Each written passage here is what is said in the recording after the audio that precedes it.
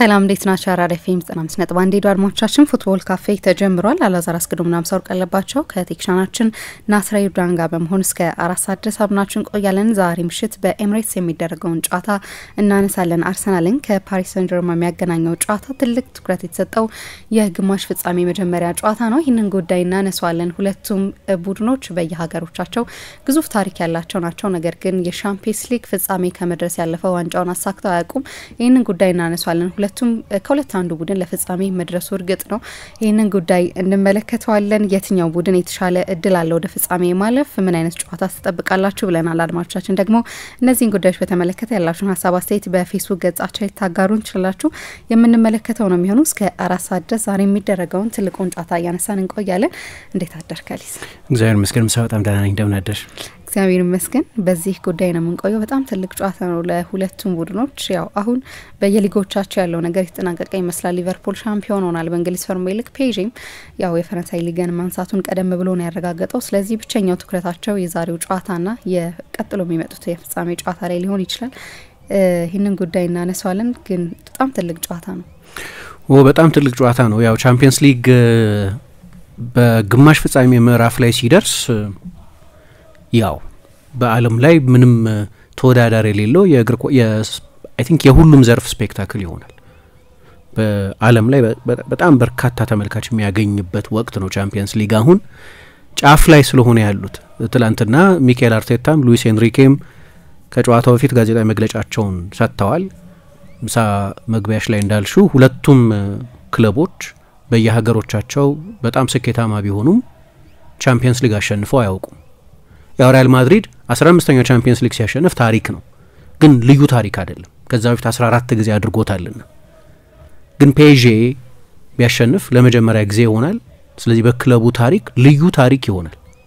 ከ1993 በኋላም የፈረንሳይ ክለብ ሆኖ ቻምፒየንስ ሊግ ያነሳ የመጀመሪያው ክለብ ይሆናል። አንድ ክለብ ብቻ ነው በፈረንሳይ ቻምፒየንስ ሊግ አሸንፎ የሚያውቀው፣ ማርሴይ። ከዛ በኋላ ሌላ ቡድን የቻምፒየንስ ሊግ አሸናፊ ሆኖ አያውቅም።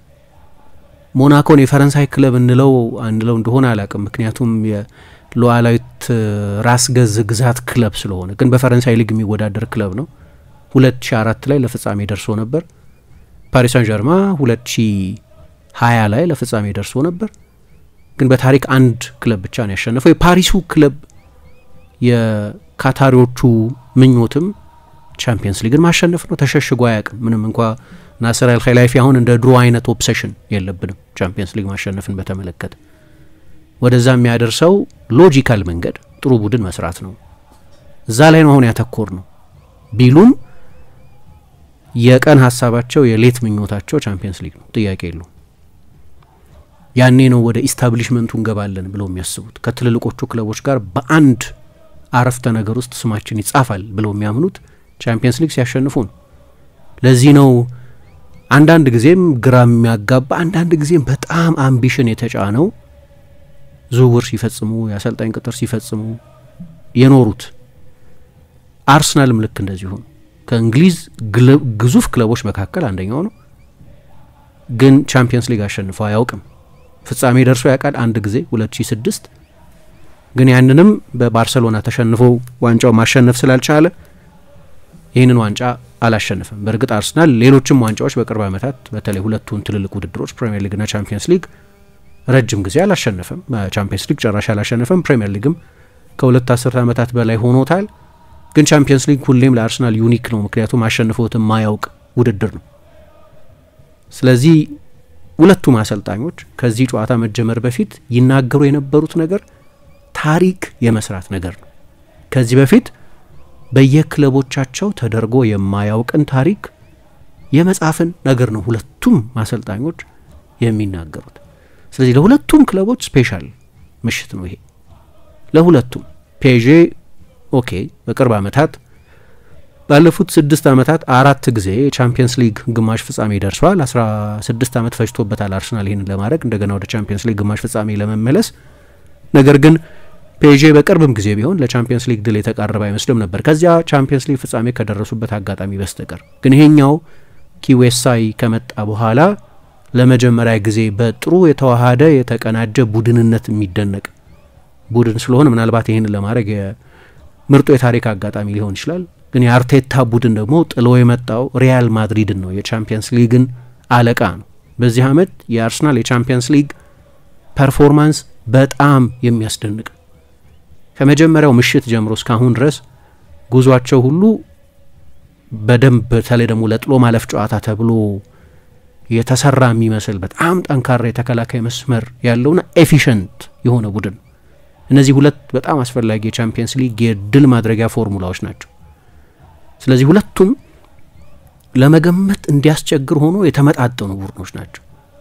ሁለት የድሮ የባርሰሎና ታሪክ ያላቸው፣ አንደኛው ማድሪዲስታ ነበር፣ የኺሆን ልጅ ነው፣ የአስቱሪያ ሰው ነው ሉዊስ ኤንሪኬ። ግን ለሪያል ማድሪድ ተጫውተው የማለፉ ታሪክ ሁሉ እንዲነገር የማይፈልግ አይነት ባርሰሎና ይሆናል። በኋላ የማድሪድ ተጫዋች ነበር፣ ትልቅ የማድሪድ ተጫዋች ነበር። በጣም አወዛጋቢ ነበር ዝውውሩን በነጻ ሲፈጸም። ያን ጊዜ ቦስማን ህግ እንደጸደቀ አካባቢ ከተፈጸሙ የመጀመሪያዎቹ ነጻ ዝውውሮች መካከል አንደኛው የሉዊስ ኤንሪኬ የሉቾ ወደ ባርሰሎና መጓዝ ነበር። ከዚያ 8 አመት ተጫውቷል። በብዙ አሰልጣኞች ስር እዛ ሰልጥኗል። ያው የክራይፍ ተጽዕኖ አሁን ድረስ አለ በባርሰሎና ውስጥ። ግን ሮብሰን፣ ቫንሃል፣ ቻርሊ ሬክሳች፣ ራያካርድ አይነት አሰልጣኞች አሰልጥነውት በኋላ እሱም ማሰልጠን ሲጀምር ልክ እንደ ፔፕ ጓርዲዮላ ሁሉ የባርሰሎናን ወጣት ቡድን በማሰልጠን ጀምሮ በኋላም ቪጎ፣ ሮማ ከሄደ በኋላ የባርሰሎናን ዋናው ቡድን እንደገና የማሰልጠን ታሪክ ኖሮ ትሬብል አሳክቶ አሁን ድረስ የባርሰሎና የመጨረሻው አሰልጣኝ ነው ቻምፒየንስ ሊግ ያሸነፈ ሉዊስ ኤንሪኬ። ካታላን ባይሆንም የአስቱሪያ ሰው ቢሆንም የካታላን ናሽናሊዝም ምናምን የሚመለከተው ሰው ባይሆንም ግን በባርሰሎናዊነቱ በጣም የሚኮራ ሆኖ ግን በማሰልጠን ውስጥ ደግሞ ብዙ ቫራይቲ ያለው አይነት አሰልጣኝ ነው። አርቴታ ከባስክ ነው ከሳን ሴባስቲያን፣ ግን እሱም በባርሰሎና አልፏል። እንደሱ አይነት የዋናው ቡድን ተጫዋችነት ማዕረግ ባይኖረውም ግን የልጅነት ጀግናው ማን እንደሆነ ሲጠየቅ ዮሃን ክራይፍ ብሎ ነው የሚመልሰው። በልጅነት ያደንቀው ስለነበረው ተጫዋች ሲናገር በኋላ ጓርዲዮላ ግን መጀመሪያ ላውድሩፕን ነው የሚጠቅሰው። ስለዚህ እግር ኳስን የማያ መነጽሩን ባርሰሎና ሆኖ የኖረ ሰው ወይም ያ ስኩል ነው። አሁን ሁለቱንም ባርሰሎናውያን ናቸው ማለት ትክክል አይሆንም። አንድ ይሄንን ብቻ የተመለከተ ፕሮግራም ስለሰራን ዩቲዩብ ላይ አድማጮች ሊከታተሉ ይችላሉ። ስለ ኮቺንግ ኢንፍሉዌንሶቻቸው፣ ስለ ተጽዕኖዎቻቸው፣ እንዴት አሰልጣኝ ሆኑ የሚለውን መንገዳቸውን ጥቂት ለማየት የሞከረ ነው። ግን በዚህ ሰዓት ደግሞ ኤንሪኬ ብዙ አሸንፏል፣ ብዙ ዋንጫዎች አሸንፏል። የበለጠ ሲቪው ጠብሰቅ ያለ አሰልጣኝ ነው። በእድሜም በ12 አመት ከአርቴታ ይበልጣል። ግን በዚህ ሰዓት ከቤስት የአውሮፓ አሰልጣኞች መካከል የሉዊስ ኤንሪኬ እና የሚካኤል አርቴታ ስም ይጠቀሳል። አርቴታ ቡድኑ ዋንጫዎች ባያሸንፍም ግን ባለፉት አመታት በአርሰናል ይልቁን ባለፉት 3 አመታት በዚህ ቡድን ላይ በሰራው ስራ ምክንያት በጣም የሚከበር የሆነ ቀን ከአርሰናል ለመውጣት ቢወስን ሌላ ትልቅ ፕሮጀክት የሚረከብ አይነት አሰልጣኝ ነው። ሁለቱም ቡድኖች አሰልጣኞቻቸው ሚረሮች ናቸው። ደንበኛ የሲስተም ቡድኖች ናቸው። ከከዋክብቶቻቸው ይልቅ ከስመጥር ተጫዋቾቻቸው ይልቅ የአጨዋታቸው ውህደት የበለጠ የሚያስደንቅ ቡድኖች ናቸው ሁለቱም ቡድኖች። ስለዚህ በታሪክ አፋፍ ላይ ያሉ የፈረንሳይ ርዕሰ ከተማ ቡድን ፓሪስ ሳን ዠርማን ምናልባት የርዕሰ ከተማ ብቸኛው ትልቅ ክለብ፣ ፓሪስ ኤፍሲ የሚባል ክለብ አለ። አሁን እነ የርገን ክሎፕ ወደ ማፑ ሊያመጡት እየሞከሩ ያሉ ናቸው። የፈረንሳይ ባለጠጋው ሰው ኢንቨስት የሚያደርጉበት ሬድ ቡል ኢንቨስት የሚያደርግበት ክለብ ነው። ግን እስካሁን ድረስ የፓሪስ ትልቅ ክለብ ነው። የፈረንሳይ ርዕሰ ከተማ ነው ፓሪስ። የኃይል የፖለቲካ ኃይል፣ የኢኮኖሚ የምን ማዕከል። አርሰናል የለንደን ክለብ ነው። ለንደን የእንግሊዝ ዋና ከተማ ነው። ስለዚህ ትልልቅ ከተሞች ክለቦች ናቸው። ብዙ ደጋፊም ያላቸው ክለቦች ናቸው። ስለዚህ ዛሬ ለሁለቱ ክለቦች በታሪክ አፋፍ ላይ መገኘት የሚያሰኘው እሱ ነው። ታሪክ በመስራት ዛሬ አያልቅም። የሚቀጥለው ሳምንት የመልሱ ጨዋታ ደግሞ በፓሪስ ፓርክ ደ ፍራንስ ይደረጋል። ግን መቼ ሲወስነዋል ይሄ የሚቀጥለውን ሳምንት አውትካም ዲክቴት ሊያደርግ የሚችል በጣም ትልቅ ጨዋታ ነው። ስለዚህ ምሳ እንዳልሽው ምንም ጥያቄ የለውም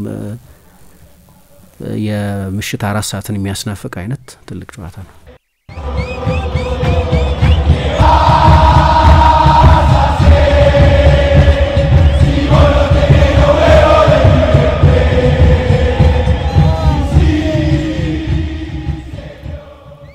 ተመልሰናል አድማጮቻችን አራዳ ኤፍኤም 95.1 ላይ ነው የምትገኙት። ዛሬ በኤምሬትስ የሚደረገውን ጨዋታ እንመልከት። የሻምፒየንስ ሊግ ትልቁ ጨዋታ ነው በአርሰናል በኩል። ከዚህ በኋላ የሚያደርጋቸው ጨዋታዎች በሙሉ ይህንን ጉዳይ እንመልከተው። ከፔዤ ጋር ነው የሚጫወተው። በመጀመሪያው ዙር ተገናኝተው ነበር አይደለ? ሁለቱ ቡድኖች አርሰናል ይዛን ያሸንፈው ነበር። ከዛ በኋላ ግን ፔዤ ብዙ እንደተሻሻለ ተመልክተናል። አርሰናልም ቢሆን በሻምፒየንስ ሊግ ያለው ጉዞ በጣም ጠንካራ እንደሆነ እየተመለከትን ነው። ትላልቅ ቡድኖችን አሸንፎ ነው እዚህ ቦታ ላይ ደረሰው። ይህንን ጉዳይ እንመልከተው። ጨዋታው ምን ሊመስል ይችላል የሚለውን እናንሳ። ምን ትጠብቂያለሽ? ግን ያው የግማሽ ፍጻሜ ጨዋታዎች ናቸው ዛሬና ነገ የሚደረጉት። እኔ እንደዚህ ኢቭንሊ ባላንስድ የቻምፒየንስ ሊግ ጨዋታ የቻምፒየንስ ሊግ አራት ቡድኖች አላየሁም። በጣም ተመጣጣኝና አንዱን በተለየ ሁኔታ በቃ ይሄኛው ቡድን የቻምፒየንስ ሊግ አሸናፊ ይሆናል ብሎ ግምት ለመስጠት የሚያስቸግር ነው። አሁን አንዳንድ ጊዜ አንደኛው ተርታ ለምሳሌ አምና ቻምፒየንስ ሊግ ሪያል ማድሪድ ግማሽ ፍጻሜ ሲደርስ በታሪኩ ምክንያትም ግን አምና በነበረው ቡድን ምክንያትም ሌሎች የግማሽ ፍጻሜ ተፋላሚዎች ነበሩ። ለምሳሌ ባየር ሚኒክ ከ10 ምናምን አመት በኋላ ለመጀመሪያ ጊዜ ቡንደስሊጋውን ያላሸነፈበት የውድድር ዘመን ነበር። ዶርትሙንድ ቶፕ 4 ውስጥም ጭምር አልጨረሰም ባለፈው የውድድር ዘመን። ፔዤ ነው፣ አስተማማኝ ቡድን አልነበረም ባለፈው የውድድር ዘመን። ጥሩ ቡድን ነበር፣ ግማሽ ፍጻሜ ደርሷል። ግን በዚያው አመት በኒውካስል 4-1 ሲሸነፍ ምን ስላየን፣ ባርሴሎናንም እንዲያሸንፍ የሮናልዶ አራውሆ ቀይ ካርድ ትልቅ ምክንያት ስለነበር ያለፈውን አመት የቻምፒየንስ ሊግ 4 ሴሚፋይናሊስቶች ብታይ አንዱን ለመገመት ይቀል ነበር። አሁን እያንዳንዱ ቡድን ሻምፒዮን ሊሆንበት የሚችልበት ጠንካራ መከራከሪያ ነጥብ ማቅረብ ይቻላል። ግን እያንዳንዱ ቡድን ደግሞ የራሱ ድክመቶች አሉበት። ሁሉም አራቱም ቡድኖች እና አንዱን ነጥሎ አሁን ኢንተር በሊግ ፎርሙ ባለፉት 3 ተከታታይ ጨዋታዎች በሀገር ውስጥ ውድድሮች አንዱን በኮፓ ኢታሊያ ሌሎቹን በሴሪያ ጨዋታዎች ተሸንፏል። ግን ብዙ ሰዎች ደግሞ ብስለቱን የቡድኑን ዲፌንሲቭ ኦርጋናይዜሽን ምን እያዩ ኢንተር የሚሉ ሰዎች ነበሩ። አይሆንም ልትያትሽም ቻምፒየንስ ሊግ ሴሚፋይናሊስት ነው ኢንተር። በወቅታዊ ፎርም ምናልባት የሚያሳስብ ከሆነ የኢንተር ነገር ነው ጥቂት የሚያሳስበው። አርሰናል ፕሪሚየር ሊጉን ትቶታል እንደምታዩ። አሁን እያንዳንዱ ባለፈው አንድ ወር ከምናምን አርሰናል ያደረጋቸው ጨዋታዎች በሙሉ አሁን የፕሪሚየር ሊጉ ሻምፒዮን ማን እንደሆነ ስለለየ እያንዳንዱ ጨዋታ ከቻምፒየንስ ሊግ ዝግጅት አንጻር ነው የሚታየው። እያንዳንዱ ጨዋታ የአርሰናልን የሊግ ፎርም ብዙ አስተያየት መስጠት የሚቻል አይመስለኝም። ከፓላስ ጋር እንደዚህ ሆነ፣ ከኤቨርተን ጋር እንደዚህ ሆነ፣ ወይም የሆነ ቡድን አሸነፈ ብሎ አስተያየት ለመስጠት የሚቻል አይመስለኝም። የአርሰናል ትኩረት በሙሉ ቻምፒየንስ ሊግ መሆኑ ግልጽ ነው። ፔዤ ተሸንፏል በመጨረሻ በቀደም በኒስ። ነገር ግን ሻምፒዮን መሆኑን ካወቀ በኋላ የመጣ ሽንፈት ነው። እዛ ውስጥ የሚያሳስቡ ነገሮች ነበሩ። ታሪክ የመስራት እድል ነበር፣ ኢንቪንሲብል የመሆን እድል ነበር። ያ አልሆነም። ግን ብዙ ኢምፖርታንስ የለውም። በቃ ሻምፒዮን መሆናቸውን ካወቁ በኋላ ከኒስ ጋር ያደረጉ ጨዋታ ነው። እዛ ጨዋታ ላይ የሚያሳስቧቸው አንዳንድ ዲቴይሎች አሉ። ለምሳሌ የቆመ ኳስ መከላከል በድጋሚ ከባድ የፔዤ ችግር እንደሆነ ታይቷል። ግን በጠቅላላው የሚያጡት ነገር የለም። ግን አራቱም ተመጣጣኝ ናቸው እና የዛሬ ምሽቶቹም ሁለቱም ቡድኖች ማለት ነው በጣም ተቀራራቢ ደረጃ ላይ ባሉ ቡድኖች መካከል የሚደረግ ጨዋታ ነውና ምን ይታይሻል? ያው ለመገመት አስቸጋሪ ነው ብዬ አስባለሁ። ግን ምን ይታይሻል? ለመገመት ከባድ ነው። የዛሬውን ጨዋታ በተመለከተ ግን አርሰናል የሚያሸንፍ ይመስለኛል። ያው በጠባብ ውጤት ቢሆን ሜቢ 2-1 እንደዚህ 3-2 አካባቢ ግን ጎሎች የሚቆጠሩበት ጨዋታ ሊሆን ደግሞ ይችላል አይደል? አርሰናል ይህንን ማድረግ አለበት በሜዳው። ምክንያቱም ፔዤ የመልሱን ጨዋታ በሜዳው ስለሚያደርግ የደጋፊ አድቫንቴጅ ይዞ ነው ወደ ሜዳ የሚገባው። ይህ በጠባብ ውጤት ግን አርሰናል የሚያሸንፍ ነው የሚመስለኝ። ለእኔ እንኳን ባልገምት ይሻላል። ለመገመት በጣም አስቸጋሪ ጨዋታ ስለሚመስለኝ ግን ቅድም መግቢያችን ላይ ያልነው ነጥብ ላይ አንዳንድ ነገሮች ለመጨመር ሁለት በየሀገሮቻቸው ታሪካዊ የሆኑ ብዙ ዋንጫዎች ያሸነፉ ግን በአውሮፓ ውድድር በለስ ያልቀናቸው የካፕ ዊነርስ ካፕ ምን አሸንፈዋል ግን ቻምፒየንስ ሊግ አሸንፈው የማያውቁ ሁለት ቡድኖች ናቸው። በዚህ ሰዓት ከአውሮፓ ምርጥ ቡድኖች መካከል ናቸው፣ ምንም ጥያቄ የለውም። ኤንሪኬ አሁን የቀረነው አራታችን ነን የአውሮፓ ምርጥ ብዬ መናገር አልችልም። ቻምፒየንስ ሊግ ስለደረሰ ብቻ አንድ ቡድን የአውሮፓ ምርጥ ነው ማለት አይቻልም አለና ግን አራታችንም ስለሚገባን ነው እዚህ የደረስነው፣ ዲዘርቭ ስለምናደርግ ነው እዚህ የደረስነው የሚል አስተያየት ሰጥቷል። ፔዤ በዚህ አመት የሊጋ ሻምፒዮን ሲሆን ለ13ኛ ጊዜ ነው። አርሰናል ኦሬዲ 13 ጊዜ የፕሪሚየር ሊግ ሻምፒዮን ነው። ስለዚህ ሁለቱም የሀገሮቻቸውን ሻምፒዮናዎች እኩል ያሸነፉ ናቸው። አርሰናል ላለፈው 21 አመት አሁን 21 ዓመት ይሆነዋል በዚህ ዓመት የፕሪሚየር ሊግ ዋንጫ ባያሸንፍም ስቲል የእንግሊዝ ሶስተኛው ትልቅ ብዙ ዋንጫ ያሸነፈው ክለብ ነው 21 ዓመት ምንም ዋንጫ ሳይጨምር ማለት ግን 13 ጊዜ ያሸንፏል ከእንግሊዝ ትልልቅ ክለቦች መካከል ጥያቄ የለውም የዋንጫዎቹ ሜዳሊያዎች በኤፍኤ ካፕም ያለው የዋንጫ ብዛት ምን የሚያሳይ ነው አሁን በአምስቱ የአውሮፓ ሊጎች በየሊጎቻቸው ይሄንን ያህል ዋንጫ ወስደው ቻምፒየንስ ሊግ ያላነሹ ብቸኞቹ ክለቦች ናቸው አንደኛ ክለቦች ናቸው በየሊጎቻቸው ይሄን ያህል ሜዳሊያ ኖሯቸው ግን የአውሮፓን ትልቁን ውድድር ያላሸነፉ ሁለቱ ክለቦች ናቸው ሁለቱም አንዳንድ ጊዜ ነው ቻምፒየንስ ሊግ ፍጻሜ የደረሱት ቅድም እንዳነሳሁት ሁለቱም በሚያስቆጭ መንገድ ነው እነዛን ፍጻሜዎች የተሸነፉት አርሰናል 2006 የቻምፒየንስ ሊግ የፍጻሜ ተፋላሚ ሲሆን ያ ሁለት ጊዜ ደብል አንድ ጊዜ ኢንቪንሲብል 3 ፕሪሚየር ሊግ 4 ኤፍኤ ካፕ ምን ያሸነፈው ቡድን እየጨረሰ ሳይክሉን እየጨረሰ የነበረበት ጊዜ ነው ለምሳሌ ፓትሪክ ቪየራ ለቋል ያን ጊዜ ትልቅ ሌጀንድ ነበር ለ9 ዓመት የዛ የኢንቪንሲብል ቡድን አምበል ነበር አልነበረም እዛ ቡድን ውስጥ ዴኒስ ቤርካምፕ ጫማ የሰቀለበት አመት ነው እዛ የፓርክ ደ ፍራንስ የስታድ ደ ፍራንስ የፍጻሜ ጨዋታ ላይ ለምሳሌ አልተሰለፈም ቤንች ሆኖ ነው የጨረሰው በእርግጥ የን ስሌማን በጊዜ ወጥቶ ስለነበር ቀይረው የሚያጫውቱበት እድል አልነበራቸውም አንዳንዶቹ የዛ የኢንቪንሲብል አባላት የሆኑ ተጫዋቾች አሽሌ ኮል ሮቤር ፒሬስ አይነቶቹ ተጫዋቾች ለመጨረሻ ጊዜ በአርሰናል መለያ የተጫወቱት እዛ ጨዋታ ላይ ነበር የዛ ታላቁ የቬንገር ቡድን ፍጻሜ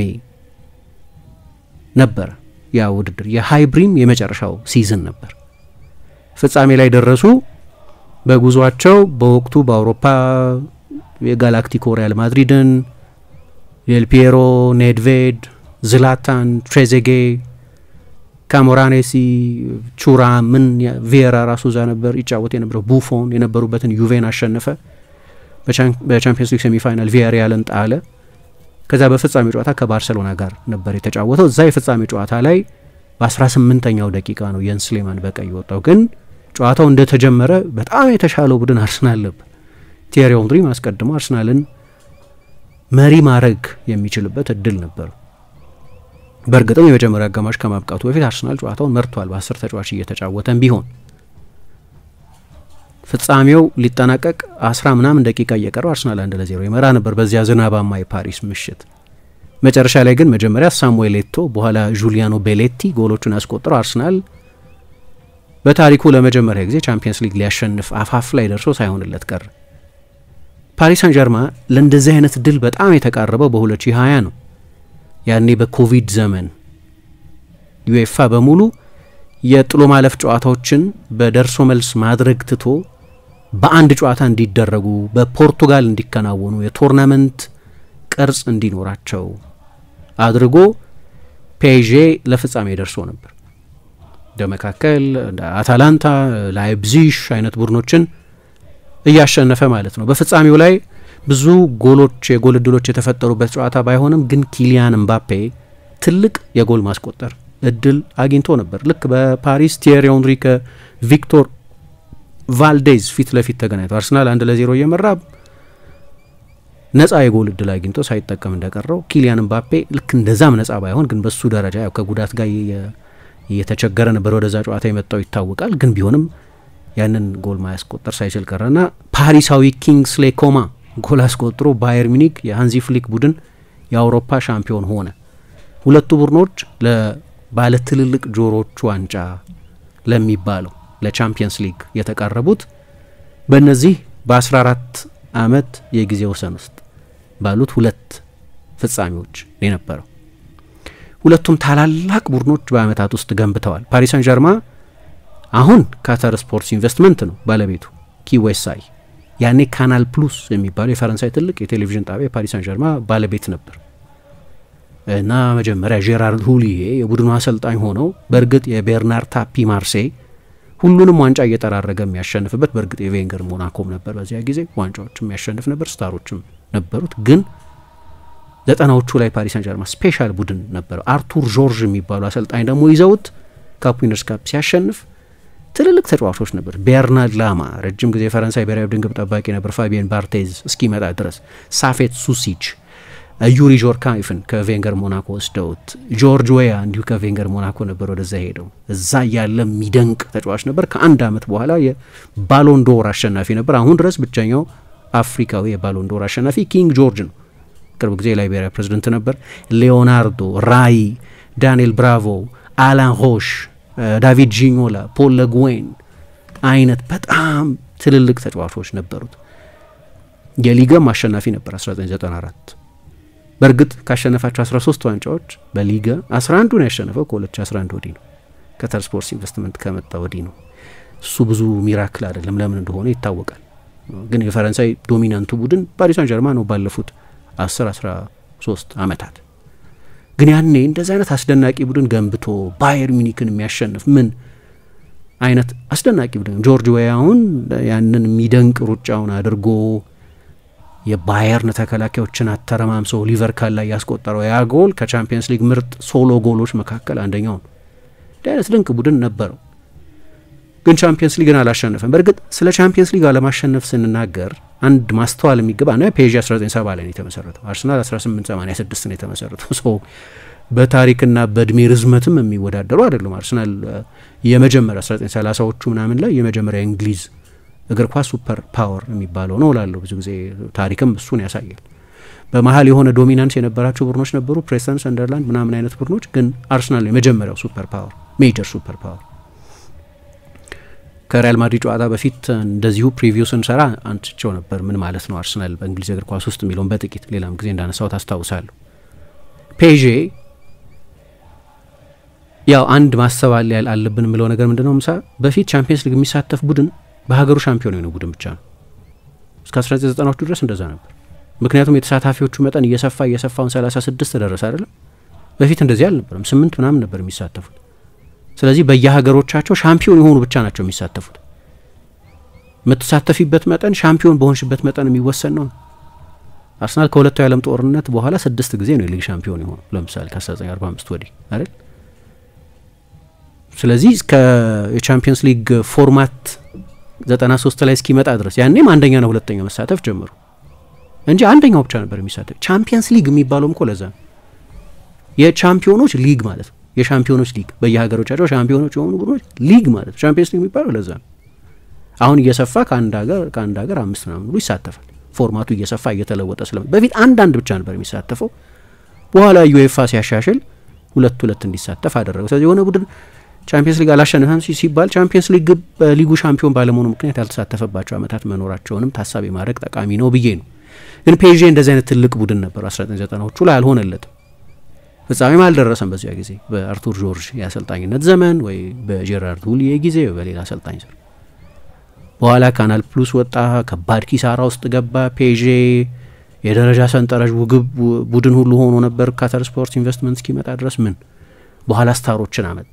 የቅርቦቹ ምባፔ፣ ሜሲ፣ ኔይማር፣ ግን ደግሞ ዝላታን፣ ካቫኒ፣ ቬራቲ፣ ማርኪኞስ፣ ቲያጎ ሲልቫ አይነት ዳንኤል አልቬዝ እና ሌሎችም ቲያጎ ሞታ እና ትልልቅ ስመጥር ተጫዋቾች ኖረውት ብዙ ገንዘብ ኢንጀክት አድርጎ ከ2011 ጀምሮ እስከ 2025 ባለው ጊዜ በአውሮፓ እግር ኳስ የፓሪስ ሳን ጀርማን ያህል ገንዘብ ያፈሰሰ የለም። የፈረንሳይ እግር ኳስ ዶሚኔት ለማድረግ አይደለም፣ ዶሚኔት አድርገውታል በሚገባ ቻምፒየንስ ሊግ ለማሸነፍ። አሁን ድረስ አልሆነላቸው። አሁን ድረስ ቻምፒየንስ ሊግን ማሳካት አልቻሉ። በእርግጥ አሁን እንደ ቡድን ዘንድሮ ይሁን በሚቀጥሉ ጥቂት አመታት ቻምፒየንስ ሊግ ለማሸነፍ በሚያስችል ሁኔታ እየተገነባ ያለ ቡድን አላቸው። የቡድን ግንባታ ፍልስፍናቸው አሁን የበለጠ ሰስቴንድ ለሆነ ጊዜ ድንገት በአክሲደንት ዩኤፋ የፎርማት ለውጥ አድርጎ በኮቪድ ጊዜ እንግዳ በሆነ ሲዝን ምናምን ሳይሆን ይሄ ሁለተኛ ተከታታይ ቻምፒየንስ ሊግ ሴሚ ፋይናል ደርሷል። ግን እስካሁን ድረስ አላሸነፈም። ለዚህ ነው በታሪክ አፋፍ ያለ ነው። ስፔሻል ሊሆን ይችላል በዚህ አመት ለፔዤ ይሄኛው ሲዝን። ለአርሰናልም ቅድም እንዳልኩት ልክ እንደዚሁ ነው። እንደው ሰው የሚያስታውሰውን ብናገር እንደው ያኔ ኢምፓየር ነበሩ ምን የሚለው ሌላ ነገር ሆኖ፣ ግን በቅርብ ጊዜ በቬንገር አመታት እንኳን በእግር ኳስ በእንግሊዝ እግር ኳስ ውስጥ ባሳደሩት ተጽዕኖ ምክንያት አሁን ድረስ የታክቲክን ጉዳይ ይሁን የኒውትሪሽን ጉዳይ ይሁን የስፖርት ሳይንስ ጉዳይ ይሁን የስትሬቺንግ ጉዳይ ይሁን የፕሌይንግ ስታይል ጉዳይ ይሁን የምልመላ መንገድ ይሁን የእንግሊዝ እግር ኳስ ቅድመ እና ድህረ ቬንገር ተብሎ ነው የሚከፈለው። ኮምፕሊትሊ ፎሬን የሆኑ ሀሳቦች ያመጡት ሁሉም ሰው የሚያውቀው በእንግሊዝ እግር ኳስ ውስጥ በጣም እንግሊዛዊ የሆነ አሰራር ነበር፣ እንግሊዛዊ የሆነ አመጋገብ ነበር። ግን እና ቱስዴይ ክለብ ነበር አርሰናል ውስጥ ተጫዋቾቹ የተሰባሰቡ ቱስዴይ ክለብ እስከ ውድቅት ይጠጣሉ። ኮምፕሊትሊ ነው የተቀየረው። የትሬኒንግ ሜዳ የለውም። በለንደን ዩኒቨርሲቲ ትሬኒንግ ሜዳ ነበር ለምን ዲሰራ የነበረው። 38,000 ተመልካች ብቻ የሚይዝ ስቴዲየም ነበረው። ምልመላው ዓለም አቀፍ አልነበረም። የጨዋታ ስታይሉ ቦሪንግ አርሰናል or 1-0 to the አርሰናል ይባል ነበር። መጡ የሜዳሊያ ኮሌክሽናቸው ወይም ኦኬ በቂ ነው። በአርሰናል ታሪክ ብዙ ዋንጫ ያሸነፉት አሰልጣኝ ናቸው። ግን በግለሰብ ደረጃ ማለት ነው አንድ ግለሰብ የሳቸውን ያህል ብዙ ዋንጫ ያሸነፈ የለም። ተጽዕኗቸው ከዋንጫዎች በጣም የሚገዝፍ ነው ብዬ አስባለሁ። ግን እና በነዛ 9 ዓመታት ብዙ ዋንጫዎች አሸንፈዋል። በአጠቃላይ ኮሚኒቲ ሺልድን ከቆጠርን 17 ዋንጫ ብቻቸውን አሸንፈዋል። አርሰናል በታሪኩ ለመጀመሪያ ጊዜ በዩሮፓ ሊግ ፍጻሜ ሲደርስ አሰልጣኙ እሳቸው ናቸው። ለመጀመሪያ ቻምፒየንስ ሊግ ፋይናል ሲደርስ አሰልጣኙ እሳቸው ናቸው። ግን ቻምፒየንስ ሊግ አላሸነፉ። ያን ያህል ተጽዕኖ አድርገው አሁን እንዲያው የውጭ አንዳንዶቹ ቀደም ብለን ከውጭ ሀገር ተጫዋቾች ማምጣት ጀምረን ነበር ይላሉ። ቀደም ብለው ተጫዋች ሲያመጡ የአውሮፓ ዋንጫ ላይ ያዩዋቸውን ወይም የዓለም ዋንጫ ላይ ያዩዋቸውን ተጫዋቾች ነበር የሚያመጡ የነበሩት።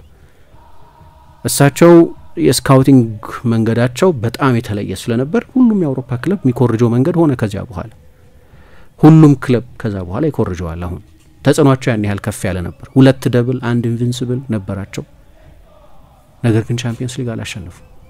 እንዲያውም በዛ የአርሰናል ፕራይም ዘመን ከቻምፒየንስ ሊግ ኳርተር ፋይናል እንኳን አልፈው አያውቁ። ፋይናል ሲደርሱ እንኳን ቅድም እንዳልኩት የዛ ኢንቪንሲብል መጨረሻ ነበር።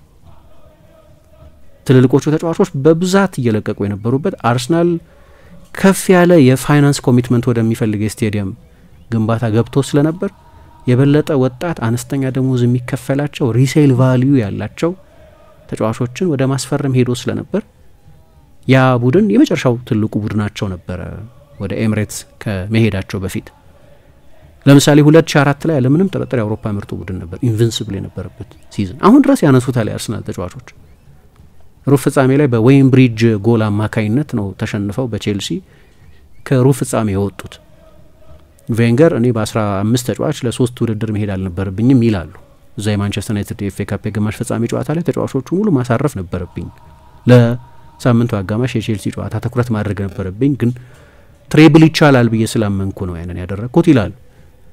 በምርጥ ቡድንነት ለቻምፒየንስ ሊግ ዋንጫ የሚመጥን ቡድን ነበራቸው ያኔ 2006 ላይ ግሩም እና ምናልባት ቬንገርም በአርሰናል አሰልጣኝነታቸው ለመጀመሪያ ጊዜ የምር ፕራግማቲክ የሆኑበት በ5 አማካዮች መጫወት የጀመሩበት በአንድ ብቻ አጥቂ የተጫወቱበት ያ ቲም እንደ ለአውሮፓ ውድድር የሚመጥን ሴታፕ ይዞ በመምጣት ያ ቡድን የበለጠ የተሻለ ነበር፣ ግን ቻምፒየንስ ሊግ አላሸነፉም። ስለዚህ የሁለቱም ቡድኖች ታሪክ እንዲህ ነው። ቻምፒየንስ ሊግ ላይ በመጠኑ ማለት ያለ ማሸነፍ ታሪክ ነው ያላቸው። አሁን እዚህ ጋር ነው ያሉት። 3 ጨዋታን በጥሩ ውጤት ማጠናቀቅ የሚችሉ ከሆነ ሁለቱም የፓሪሱም የለንደኑም ክለብ ከዚህ በፊት በታሪካቸው አድርገውት የማያውቁትን አንደኛው 130 ምናምን ዓመት አንደኛው 50 ምናምን ዓመት ነው እድሜያቸው። በእድሜ መለያየታቸው በጣም ሩቅ ነው፣ ግን በታሪካቸው ለመጀመሪያ ጊዜ ቻምፒየንስ ሊግ ማሸነፍ 3 ጨዋታ እዚህ ጋር ነው ያሉት አሁን። ስለዚህ ኤምሬትስ ዛሬ ምን አይነት ድባብ እንደሚኖረው መገመት ይቻላል። ስቴዲየሙን ትላንትና ሚኬል አርቴታ ባለፈው ስናገር ቁምጣዎቻችሁን ይዛችሁ ኑ፣ መለያዎቻችሁን ይዛችሁ ኑ፣ ጫማዎቻችሁን ይዛችሁ ኑ ስል ሜታፎሪካል አልነበረም ማለት ሊተራል ነው። ይዛችሁ ኑ፣ ዛሬ እንፈልጋችኋለን ሲል ነበር ሚኬል አርቴታ። ሃይብሪን ማነው ኤምሬትስ ስቴዲየምን እሱና ቡድኑ ድሮ ሃይብሪ አርሰናል ስኬታማ በነበረበትም ጊዜ ላይብረሪ ነው ምን እየተባለ ይሾፍበት ነበር። አርሰናል በጣም አሸናፊ ቡድን ሳለውም ቢሆን በጣም የሚገርም ድባብ ነበረው አይባልም። ግን አሁን በቅርብ ጊዜ በቡድኑ ውጤትም ግን ሚኬል አርቴታ ከመጣ በኋላ ከደጋፊዎቹ ጋር በፈጠረው ኮኔክሽን ምክንያት በእንግሊዝ ደማቅ ድባብ ካለባቸው ስቴዲየሞች መካከል አንደኛው የኤምሬትስ ስቴዲየም። ኤምሬትስን ከሃይብሪም የበለጠ ላይብረሪ ነው ይሉት ነበር። ራሱ አንድሬ አርሻቪን የቀድሞ የአርሰናል ተጫዋች ኤምሬትስን እንደ ላይብረሪ ያለ ጸጥ ያለ ነው። ቬንገር በእርግጥ ነፍስያችንን ሃይብሪ ላይ ተተን ስለሄድን አያክስ ወደ አዲሱ ስቴዲየም ሲመጣ እንደገጠመው አይነት ከአዲሱ ከባቢ ጋር የመላመድ ችግር ነበረብን ይላሉ። ለዚህ ነው ሌሎች ለምሳሌ ሬዳክሽን የሚባል የደጋፊዎች ቡድን አለ። ለሁለት አስርት ዓመታት የአርሰናልን ጨዋታዎች በሙሉ በደማቅ ድጋፍ የደገፈ የደጋፊዎች ቡድን ነው። ግን ይሄ የአርሰናል ስቴዲየም ቀዝቃዛ ነው፣ ሃይብሪ ላይብረሪ ነው ምናምን መባል የጀመረው ግን ድሮ ነው፣ ገና ከኤምሬትስ በፊት የነበረ ዝና ነው ይላል። አሁን በተለይ በአውሮፓ ጨዋታዎች ላይ ሚኬል አርቴታ ሲናገር ትላንትና ከሪያል ማድሪድ ጨዋታ መጀመር በፊት 15-20 ደቂቃ እየቀረዋል ስቴዲየሙ ሙሉ ነበር። እንደዛ አይሆንም ስቴዲየሞች የሚሞሉት በቃ ጨዋታው ሊጀመር ጥቂት ሲቀሩ፣ ግን ከሰዓታት አስቀድመው ወደ ስቴዲየም የሚገቡ ደጋፊዎች አሉ። ኤምሬትስ ላይ የሚኖረውን ኢንቫይሮንመንት ዛሬ መገመት ይችላል። የባርነባው የሪያል ማድሪድ ጨዋታ ላይ አርሰናል በስፔሻል የቻምፒየንስ ሊግ ጨዋታዎች ላይ እንዲህ አይነት ቀለም ሲኖሩ አይቻቃለሁ። ለምሳሌ ከባርሰሎና ጋር ከመጫወታቸው በፊት ወይም ከሚላን ጋር ያንን የ4-0 ውጤት ለመቀልበስ በሞከሩ ጊዜ በእንደዚህ አይነት ጨዋታዎች ላይ ስቴዲየም የተለየ አትሞስፌር ይኖረዋል። ግን አሁን በብዙዎቹ ጨዋታዎች ላይ እንደዛ የሚሆን እና ቀስ እያለ ቻምፒየንስ ሊግ የአርሰናል የሚድዊክ ስፔሻሊቲ ወደ መሆን የኤምሬትስ ድምቀትም ከፍ የሚልበት ወደ መሆን ተሸጋግሯል። ግን የአርሰናል ደጋፊዎችም ያውቁታል። አሁን ሶስት ጌም ታሪክ ለመስራት አፋፍ ላይ ነው ያሉት፣ ያውቁታል። ስለዚህ ደግሞ የመጀመሪያ ጨዋታቸው ነው። ኦፍኮርስ የመልሱን ጨዋታ ቢያደርጉ ይመርጣሉ፣ ግን የመጀመሪያ ጨዋታቸውን አድርገው ነው ባለፈው ሪያል ማድሪድን የጣሉት። ስለዚህ እንደዚህ አይነት ፐርፎርማንስ ፔዥም ቢሆን የመጀመሪያ ጨዋታውን ነው በሜዳው ከሊቨርፑል ጋር ያደረገው ወይም ከአስቶን ቪላ ጋር የመጀመሪያውን ጨዋታ ያደረገው እና የዛሬ ስቴዲየሙን ድባብ መገመት ትችላለች ምን ሊሆን እንደሚችል። ፓሪስ ሳን ዠርማን ወደ እንግሊዝ ደጋግሞ መጥቷል በዚህ ዓመት፣ ወይም ከእንግሊዝ ቡድኖች ጋር ደጋግሞ ተጫውቷል እና ከእንግሊዝ ቡድኖች ጋር ያለው ሪከርድ በጣም ጥሩ ነው። ትላንትና በኋላ አንድ ጆን መሪ የሚባል የቢቢሲ ጋዜጠኛ፣ አንድ ጋዜጠኛ ብቻ ነው በእንግሊዝኛ የጠየቀው፣ ሌሎቹ በሙሉ በትራንስሌሽን የቀረቡለት ጥያቄዎች ነበሩ። ግን ጆን መሪ ምናልባት ኢምባርጎ የተደረገ ሌላ የኢንተርቪው ክፍል ካለ አላቅም፣ ግን ኢምባርጎ ያልሆነው ግን የመጀመሪያው 18 ደቂቃ ምናምን ያለው ፕሬስ ኮንፈረንሱ ላይ ጆን መሪ ሲጠይቀው ከእንግሊዝ ቡድኖች ጋር ዘንድሮ ሪከርዳችሁ በጣም ጥሩ ነው፣ ሲቲን 4-2 አሸንፋችኋል፣ ሊቨርፑልን አሸንፋችሁ ነው የመጣችሁት፣ ቪላን ደግሞ ባለፈው አሸንፋችኋል፣ አሁን ከአርሰናል ጋር ተጫወተ። እንግዳ ነው አይደለም፣ ከእንግሊዝ ቡድኖች ጋር ነው በተደጋጋሚ እየተጫወተ ያለው። ከእንግሊዝ ቡድኖች ጋር ያላቸው ሪከርድ እንደዚህ ለምን ጥሩ ሆነ? እንግዲህ እንግሊዝን ሊግ የአውሮፓ ምርጡ ሊግ ነው አይደል የምትሉት፣ ያለ ምርጡ ሊግ አለና እንደማያምንበት አይነት የእንግሊዝን ፕሪሚየር ሊግ የአውሮፓ ወይም የዓለም ምርጡ ሊግ ነው ብሎ እንደማያምንበት የሚመስል መልስ። ግን አንተ ምን እንደምታስበው እንግሊዝ ምርጡ ሊግ ነው አይደለም ብሎ ሲጠይቀው አይን መልስ አልሰጥም፣ ይዳዝማታል አለው ሉዊስ ኤንሪኬ። ግን ከእንግሊዝ ቡድኖች ጋር ያለው ሪከርድ በጣም በጣም ጥሩ ነው እና ምን አለ፣ ሊቨርፑል ነው የአውሮፓ ሻምፒዮን አይደለም፣ ስለዚህ ትልቁን የእንግሊዝ ቡድን አሸንፈናል ማለት ነው በዚህ ዓመት፣ የወቅቱን የእንግሊዝ ሻምፒዮን ከውድድር ውጭ አድርገነዋል። የቪላ ጨዋታ የመልሱ ጨዋታ ኮምፕሊኬትድ ነበር፣ አስቸጋሪ ጨዋታ ነበር፣ ግን የሚያጡት ነገር አልነበረም። 5-1 እየመራናቸው ነው በድምር ውጤት፣ ሁሉንም ሪስክ ማድረግ ነበረባቸው እና በዚህ ዓመት እንደ አስቶን ቪላ እንዲያውም በአውሮፓ ዶሚኔት ያደረገን ቡድን የለም ማለት። ስለዚህ ውጤቱ ልክ ነው፣ ግን በመሀል ጀርኒ ነበረው፣ ውጣ ወረዶች ነበሩ። ሊቨርፑልንም በመለያ ምት ነው ያሸነፍነው፣ ሲቲንም ከምባክ ያስፈልገን ነበር ምን የሚል መልስ ሰጥቷል። ግን በጠቅላላው ግን ከእንግሊዝ ቡድኖች ጋር ያለው ሪከርድ በጣም ጥሩ ነው። የየቡድኖቹን ጥንካሬዎች ለማንሳት ከፓሪስ ለመጀመር፣ ፓሪስ ሳን ዠርማን ባለፈው በሰፊው አንስተን ነበር ምሳ እንደምታስታውሹ። ሁሉም የሚያነሳው አሁን ስታር የለውም፣ አንድ ሱፐር ስታር የለውም፣ የበለጠ ቲም ነው እንላለን ብዙ ጊዜ። አንዱ መገለጫው ቡድኑ ከኳስ ውጭ ያለው ጠባይ ነው፣ ፕሬሲንግ። አይ ቲንክ በቻምፒየንስ ሊግ ከቀሩት ቡድኖች ከአራቱ አንደኛና ሁለተኛ ናቸው በፕሬሲንግ፣ በፓስስ ፐር ዲፌንሲቭ አክሽን።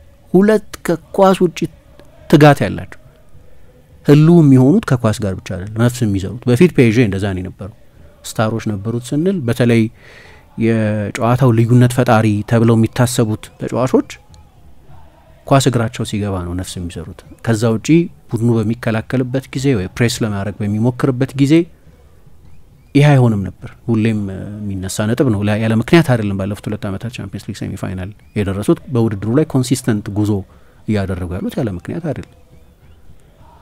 የፔዥ አንደኛው ችሎታው እሱ ነው። አሁን ከአርሰናል ከሪያል ማድሪድ ጋር ሲጫወት በተለይ በኤምሬትስ በተደረገው ጨዋታ በሁለቱ መካከል የነበረው ከፍተኛ ልዩነት ይሄኛው ሪያል ማድሪድ ከጥቂት ዓመታት በፊት የነበረው ፔዥን እየመሰለ ስለሆነ ሱፐርስታሮች አሉበት። ስለዚህ እኩል አብሮ ፕሬስ አያደርግም። የአርሰናል የፓሲንግ አኩሬሲ እዛ ጨዋታ ላይ በኤምሬትስ 86% ነው ነበር። ፕሬስ አትደረጊም ማለት ነው። ወይም ኳስ በምትይዙበት ጊዜ ተከላካዮቹና አማካዮቹ ሌሎች ተጫዋቾች ኳስ በሚይዙበት ጊዜ በቂ ፕሬሸር የለም ማለት ነው። ስለዚህ 86% የሪያል ማድሪድ 77.8% ነው። 78 አልሞላ። ምክንያቱም አርሰናል ጊዜ አይሰጣቸውም ከኳስ ጋር። ስለዚህ ይሳሳታሉ። ወይ ያለቅዳቸው ረጅም ይሄዳሉ፣ ረጅም ኳስ ታርጌት ሳይኖራቸው። ስለዚህ በተደጋጋሚ ስህተት እንዲሰሩ ይደረጉ ነበር። ግን ሁለቱም ቡድኖች በፒፒዲ በፓስስ ፐር ዲፌንሲቭ አክሽን በፕሬሲንግ በጣም የተዋጣላቸው ቡድኖች ናቸው።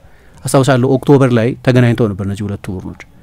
ስለዛ በተደጋጋሚ ተጠይቀዋል። ቪቺኛ ነበር በፔዥ በኩል ጋዜጣዊ መግለጫውን የሰጠው ከተጫዋቾች ከአሰልጣኞች ኤንሪኬ እና እሱ ምን አለ ያው 7 ወር 6 ወር ረጅም ጊዜ ሆኖታል እና በዛ ጊዜ በጣም ተሻሽለናል፣ የተለየ ቡድን ነው አሁን ብሏል። ግን ከዛ ጨዋታ በፊት የሰጠው ነው አስታውሳለሁ። ከኳስ ውጪ አውት ኦፍ ፖሴሽን የአውሮፓ ምርጡ ቡድን ነው አርሰናል የሚል አስተያየት ሰጥቶ ነበር ያን ጊዜ። ግን ፔዥም ልክ እንደዛ ነው። ከኳስ ውጪ በጣም አስደናቂ ቡድን። አሁን እንግዲህ ክቫራትስኬሊያን ስታይ፣ ዴምቤሌን ስታይ፣ ዱዌን ስታይ ወይም ባርኮላ ወይም እነዚህ አስደናቂ አማካዮቻቸው ቪቼኞ፣ ጆao ኔቬስ፣ ፋቢያን ሩይዝ ብዙ ጊዜ ከኳስ ጋር ስላላቸው ክላሪቲ እና ጥራት እና ኳሊቲ ነው እናደንቀው ብዙ ጊዜ አይደለም። ግን ከኳስ ውጪ በጣም አስገራሚ። አሁን በዚህ ውድድር ዘመን በፒፒዲኤ የሚባለው አንድ ቡድን የባላጋራ ቡድን ጣልቃ ገብቶ ኳስ ከመቀማቱ በፊት ምን ያህል ያልተቆራረጡ ፓሶች የማድረግ እድል ያገኛል የሚለው የሚለካበት ነው። ወይም በአጭር አገላለጽ የአንድን ቡድን ፕሬሲንግ የፕሬሲንጉን ግለት፣ ፍጥነት፣ ኢንቴንሲቲ የምንለካበት ማለት ነው።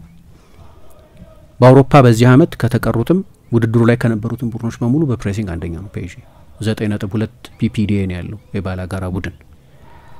ከ2 አመት በፊት 13.5 ነበር። እያነሰ በመጣ ቁጥር የፓሱ መጠን እያነሰ መጣ ማለት ሲያንስ ጥሩ ነው ፕሬስ የምታደርጊው ማለት በጣም ኃይለኛ ነው ማለት ነው ፕሬሲንግ። ከፊት ብዙ ሰራተኞች አልነበሩትም ይሄ ቡድን ወይ ከፊት ፕሬስ አያደርግም ወይ ከፊት አይከላከልም ከፊት ኳስ አይቀማም ከተባለ አሁን በሚገባ ያደርገዋል። በሶስተኛው የሜዳ ክፍል ፋይናል ሰርድ በሚባለው ከፊት ያሉ ተጫዋቾች የነሱ የሶስቱ ብቻ አይደለም። ፕሬሲንግ ኮምፓክት ሆነሽ በዩኒት የምታደርጊው ነገር ነው። ስለዚህ ግን ከፊት ያሉ ተጫዋቾች የመጀመሪያ ተከላካዮች ናቸው ማለት ነው። ኳሱ ቡድኑ በሚያጣበት ጊዜ የመጀመሪያ ተከላካዮች ናቸው። የመጀመሪያዎቹ አጥቂዎች ግብ ጠባቂው ነው። ቡድኑ በሚያጠቃበት ጊዜ የመጀመሪያዎቹ ተከላካዮች አጥቂዎች ናቸው። በዛ ኮንሰፕት ነው የሚጫወተው ፔዥ። ከ31 ጊዜ በላይ ይቀማሉ ከፊት በዚህ አመት። የፕሬሸር ውጤት ነው። በዚህ አመት የፔዥን ያህል ብዙ ዲፌንሲቭ ዱዌል የሚያሸንፍ ቡድን የለም። አሁን ቀላሉ ነገር ለአይን ውብ የሆነ ዶሚናንት ብዙ ሀሳቦች ያሉት ፍሉይዲቲ ያለው ማጥቃት ያለው ቡድን ግን ጠንክሮ ይሰራል። በጣም ጠንክሮ የሚሰራ ቡድን ነው። ኤንሪኬ የጨመረው ዲሲፕሊን እሱ ነው። ወይም ፔዥ ከስታሮች ከብሊንግ ብሊንግ ፕሮጀክት ሲወጣ የጀመረው አንደኛው ነገር እሱ ነው። አርሰናል በእኔ አስተያየት በዚህ አመት ቻምፒየንስ ሊግ የሚያሸንፍ ከሆነ ልክ ነው። ማድሪድ ላይ 5 ጎል አስቆጥሯል፣ ወይም ፒኤስቪ ላይ 9 ጎል አስቆጥሯል በሁለት ጨዋታዎች። በቻምፒየንስ ሊግ በዚህ አመት 30 ጎል አስቆጥሯል። ብዙ ጎል ያስቆጥራል በቻምፒየንስ ሊግ። ግን ባለድል የሚያደርገው ከሆነ አንዱ ዋናው ነገር የቡድኑ የመከላከል አቅም ኤፊሽንት መሆን አለ። ኤፊሽንት ነው ደግሞ ለምሳሌ በኤክስጂ ብታይ ወደ 24 ጎል ምናምን እንዲያስቆጥሩ ይጠበቅ ነበር ከፈጠሩት የጎል እድል ብዛት አንጻር፣ ግን 30 ጎል ነው ያስቆጠሩት። ስለዚህ ከፊት የተገኙ እድሎችን ለምሳሌ እንደ ራይስ አይነት ጎሎች ስለሚቆጠሩ ወይ ሜሪኖ እንደ አይነት ጎል ስለሚያስቆጥሩ ወይ ምናምን የሚደንቁ ጎሎች አስቆጥሯል በዚህ አመት። ለምሳሌ ፒኤስቪ ጨዋታ 7 ጎል ያስቆጠሩበትን ጨዋታ ብትወስጂ 2 ምናምን አካባቢ ኤክስጂ ነው የነበረው። ኤፊሽንት ነው ቡድኑ ማለት ነው። በቃ ይሄ ደግሞ በጣም አስፈላጊ ኳሊቲ ነው። ከፊት ቀላል ቡድን ነው ማለት አይደለም። ግን እኔ ሲታየኝ አንደኛው የዚህ ቡድን ጥንካሬ በጣም ኦርጋናይዝድ የሆነ ሶሊድ የሆነ ቡድን በመከላከል በአውሮፓ በዚህ አንደኛ ነው። ከማድሪድ ጨዋታ በፊት እንዳነሳ ነው አስታውሳለሁ። ኢንተር ነው ጥቂት ጎል የተቆጠረበት፣ ግን በሌሎች ሜትሪኮች አርሰናል በጣም የተሻለ ቡድን ነው። ለምሳሌ በዚህ አመት ስንት ቻምፒየንስ ሊግ ነው የተጫወተው? 12 ነው ጨዋታ ተጫውተዋል ሁሉም ቡድኖች። መጀመሪያ 8 ከዚያ 2 አርሰናል ከፒኤስቪ ጋር 10 12 ዛሬ 13ኛ ጨዋታውን ነው የሚያደርገው። በእነዚህ 13 ጨዋታዎች የባላጋራ ቡድን በአማካይ በአቨሬጅ በአርሰናል የፍጹም ቅጣት ምት ሳጥን ውስጥ 16 ጊዜ ነው ኳስ የሚነካው። ይሄ ከ36ቱም ቡድኖች አነስተኛው ወይ 10 ሙከራ ነው የሚያደርገው። ብዙ በአቨሬጅ 10 ሙከራ ነው የሚያደርገው። ስለዚህ አርሰናል ለባላጋራ ቡድን ሳጥን ውስጥ ማያስደርስ ብዙ ጊዜ አነስተኛው ኳስ የሚነካው በአርሰናል በዚህ አመት በራስ ቡድን ሳጥን ውስጥ በአርሰናል ሳጥን ውስጥ አንደኛ ስለ ፔዤ ቅድም እንዳልኩት ስለ ፕሬሲንጉ ማድነቅ ያስፈልጋል። ምክንያቱም ቅድም የሪያል ማድሪድን ምሳሌ የጠቀስኩት ጥሩ ማነጻጸሪያ ነው። የሪያል ማድሪድ ተጫዋቾች በአርሰናል ፕሬሲንግ ምክንያት በተደጋጋሚ በኳስ ቅብብል ጊዜ የማያቋርጥ ጫና ውስጥ ናቸው። ስለዚህ የተሳሳተ ፓስ ያደርጋል፣ ኳስ ይበላሽባቸዋል። ብዙ ጊዜ ኤሊት እኮ ናቸው። ሞድሪች አይደለም እንደ አማካዩ የነበረው ለምሳሌ በሪያል ማድሪድ በኩል ከኳስ ጋር መቼስ አታሚው፣ ግን የአርሰናል ፕሬሲንግ ያን ያህል ኢንቴንስ ነበር። እያንዳንዱ ተጫዋች ከ10 ኪሎ ሜትር በላይ ይሮጣል። እሱ ግራውንድ ከቨር ማድረግ ነው፣ ግን ኢንቴንስ ናቸው በፕሬሲንግም። ከፔዤ ቀጥሎ ሁለተኛው ምርጥ የፕሬሲንግ ቡድን። መከላከል ልክ ነው። ከኋላ ያሉትን ተጫዋቾች አማካይ ተከላካዩን ምኑን ወስደን ምርጥ ናቸው። ሳሊባ፣ አሁን ደግሞ ኪቪዮር፣ ከዛ በፊት ጋብርኤል፣ ሁለቱ ፉልባኮች ግብ ጠባቂያቸው 6 ቁጥሮቻቸው አይ ነው አያዘ ዩኒት ነው የሚያደርጉት ያን። ስለዚህ ባላጋራ ቡድን ሩቅ ነው እና አንዳንዴ ማድሪድ በባለፈው ጨዋታ ላይ እንዳየነው ሴንትራል ቦታዎችን በሚገባ ይቆጣጠራሉ። በኤርናቢዮ ጨዋታ ላይ ወደ ዋይድ ኤሪያዎች ላይ ወደ ክንፍ እንዲወጡ ይደረጋሉ። ከዛም የማድሪድ ተጫዋች ሀሳብ የለውም፣ ክሮስ ያደርጋል ወደ ሳጥን።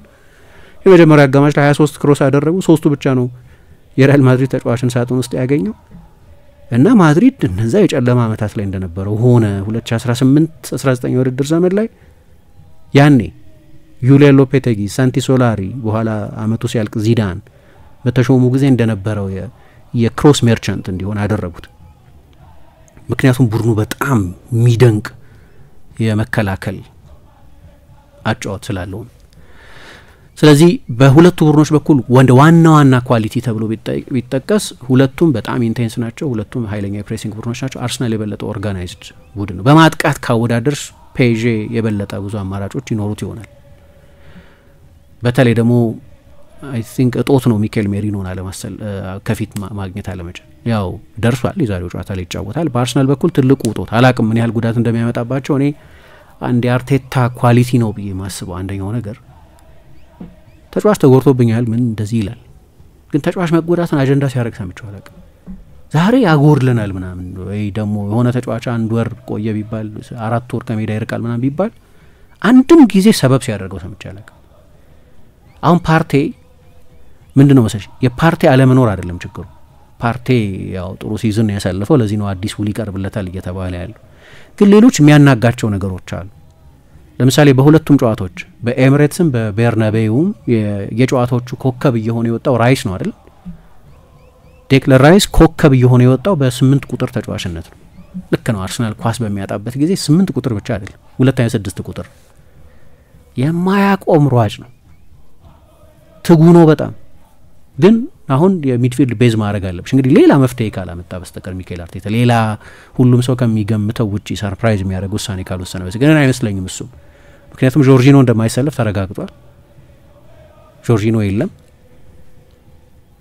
እዛ 6 ቁጥር ቦታ ላይ መጫወት የሚችል ሌላ አማራጭ ቡድን ውስጥ ያለ አይመስለኝም። ማለት እንደው በጣም ሌፍት ሳይድድ ውሳኔ ካልወሰነ ማለት ነው። ለምሳሌ ዚንቼንኮን ማስገባት ወይም የግራ መስመር ተከላካይ ቦታ ላይ ቲምበርን ወደዛ አምጥቶ ዋይትን አሰልፎ የመጀመሪያ አሰላልፎ ውስጥ አስገብቶ ሉዊስ ስኬሊን መሀል ላይ ማስገባት እንዲህ ነገር ካላደረገ በስተቀር የአርሰናል 6 ቁጥር ሆኖ የሚጀምረው ዴክለር ራይስ ነው።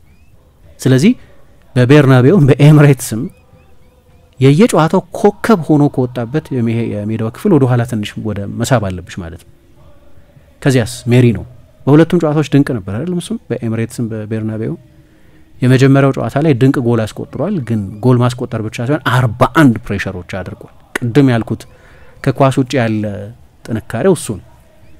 የቡድኑ ጥንካሬ እንደው በአንድ ሰው ይወከል ቢባል እንደ ፐርሶኒፊኬሽን ቢሆን ሜሪኖ እዛ ጨዋታ ላይ ያሳየው ፐርፎርማንስ ድንቅ ነው። ያው ጎል ማስቆጠሩ ልክ ነው። የቤርናቤው ጨዋታ ላይ ደግሞ ሁለት የሚደንቁ የመጨረሻ ኳሶችን ለቡካዮ ሳካ በኋላም ለጋብሪኤል ማርቲኔሊ ሰጠ። ግን እዛም ጨዋታ ላይ በድጋሚ አርሰናል ረጅም ጊዜ ከኳስ ውጭ ማሳለፍ ስለነበረበት የእሱ ዲፌንሲቭ ሺፍት አስደናቂ ነበር። ያንን ወደ መሀልም መጥቶ ያደርገዋል፣ ጥያቄ የለውም፣ ችግር የለውም።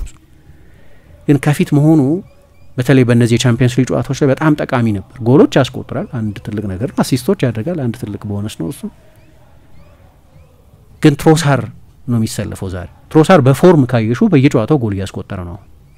የፎርም ጥያቄ አላነሳበትም። እንዲሁም ባለፈው ኤሚሬትስ ላይ አርሰናል ፔዥን 2-0 ሲያሸንፍ በዛ ጨዋታ ላይ ኦዴጋርድ ተጎድቶ ስለነበር 4-4 ነበር የተጫወተው።